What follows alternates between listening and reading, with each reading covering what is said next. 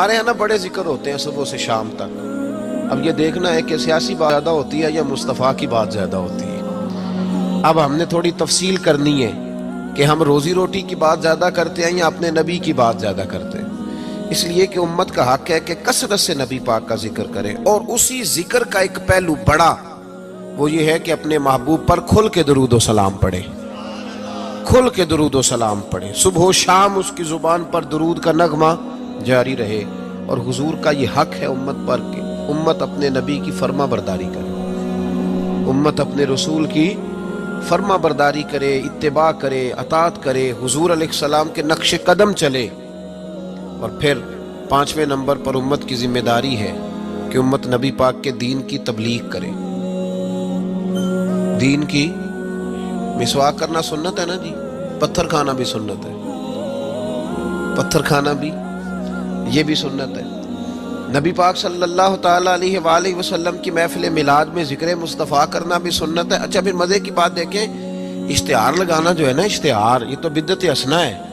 اور دروازہ کھٹکھٹا کے کسی کو محفل کی دعوت دینا، یہ میرے محبوب علیہ السلام کی عین سنت سے ثابت ہے. تو جس کا زیادہ اجر تھا نا اس طرف توجہ ہی نہیں. دروازہ کھٹکھٹا کے کہ بھائی آج محفل ہے، یہ وہ سنت ہے جو میرے محبوب نے طائف جا کے ادا کی تھی. لوگ کہتے ہیں بڑا خرچہ کیا. بھائی کیا خرچہ کیا ہے؟ کہتے ہیں میں 26,000 دے اشتہار چھاپے. بھائی سب سے زیادہ ضروری کام، بہت سارے ایسے بد مذہب ہیں، ان کے بڑے بڑے ایسے مبلغ ہیں جن کا آپ نے کبھی اشتہار نہیں دیکھا ہوگا، مجمع ہزاروں میں، اس لیے کہ وہ ان کا ہر بندہ اشتہار بن جاتا ہے، ہر بندہ. تو یاد رکھیں نبی کریم صلی اللہ علیہ وسلم کا یہ حق ہے کہ امت محبوب کا ذکر کرے، تذکرہ کرے، دین کی تبلیغ کرے.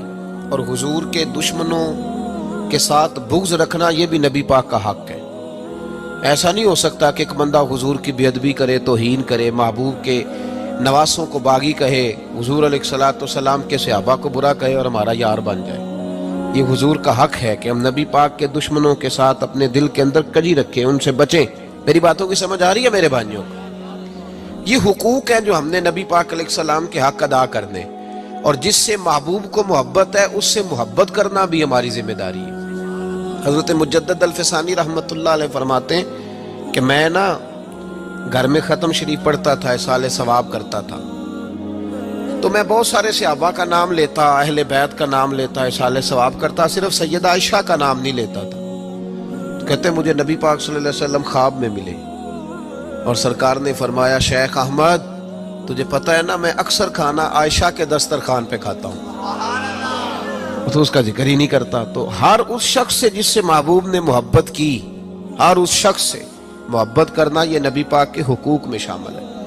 سب سے پہلی بات یہ کہ امت محبوب پہ ایمان لائے. کس طرح ایمان لائے؟ کہ جو حضور کہہ دے امت سمجھ جائے کہ اسی میں میری بہتری ہے، امت مان جائے آنکھیں بند کر کے. غیر مشروط اطاعت ہے ہی صرف نبی پاک کی، اس میں کوئی شرط نہ لگائے، مانے اور دل سے مانے. یہ نہ کہے کہ یہ کیسے ہو سکتا ہے مولوی صاحب آپ کہہ تو صحیح رہے پر دنیا بڑی دور چلی گئی ہے، وہ دنیا داری بھی کرنی پڑتی ہے. اس میں گنجائش تلاش نہ کرے.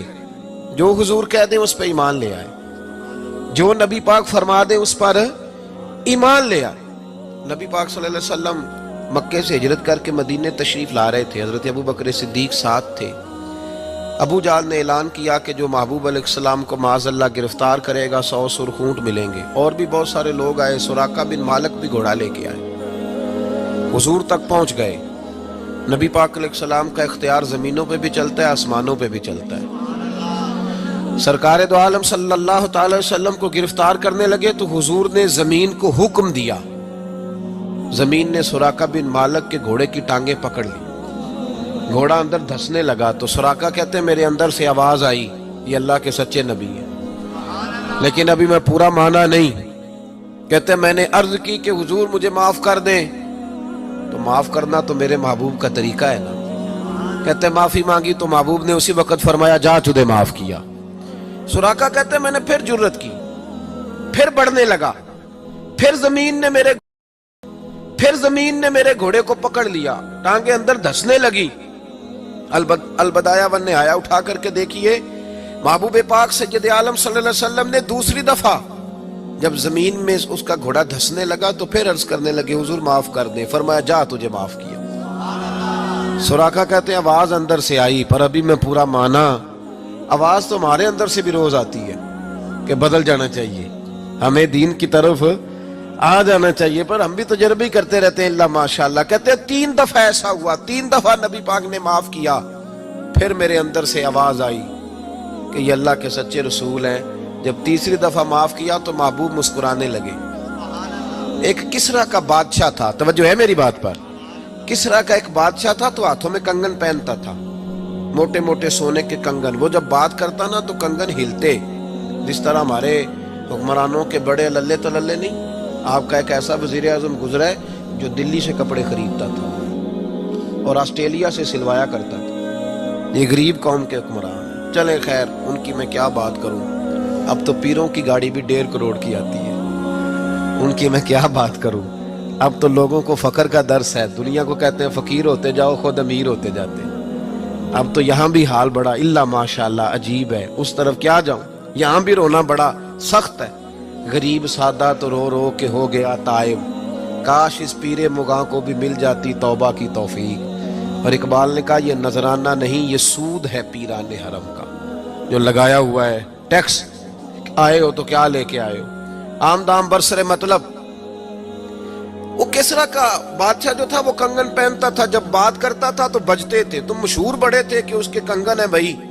نبی پاک صلی اللہ تعالی علیہ وآلہ وسلم کو جب سراقہ آگے بڑھے نا گرفتار کرنے, تو محبوب نے فرمایا تو مجھے پکڑنے آیا ہے, ایک وقت آئے گا کسرا کا علاقہ فتح ہوگا, اس کے وہ کنگن میرے غلام اتار کے لائیں گے, اور سراقہ میں یہاں کھڑے ہو کے سالوں بعد کا وہ واقعہ دیکھ رہا ہوں کہ اس کے کنگن تیرے ہاتھوں میں آئیں گے.